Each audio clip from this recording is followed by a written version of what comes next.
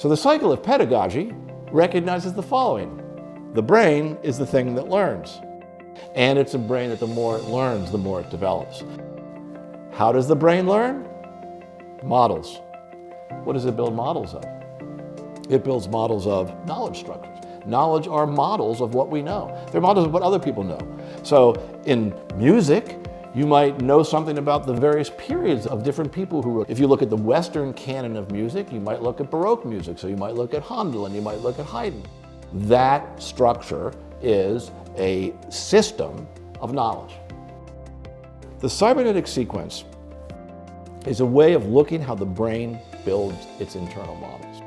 This can be very complicated, but in symmetry learning, we incorporate the information of how your brain and nervous system perceives the world. By the way, that's one of the lessons that Mary and Marty teach us about how they actually experience the world through their senses. So the senses is part of the cybernetic sequence. And so you actually have parts of the brain that take that information, process it, and so the cybernetic sequence works us through that. If you understand systems and models, we give you a tool to talk about it, we have a way of teaching it, and then we use that to actually structure systems and models as a way of understanding the world. The assessment framework design model is how we build the curriculum. We build the curriculum by recognizing that what you learn is a model of knowledge, and we break it down into parts, elements that actually give rise to a certain kind of new information.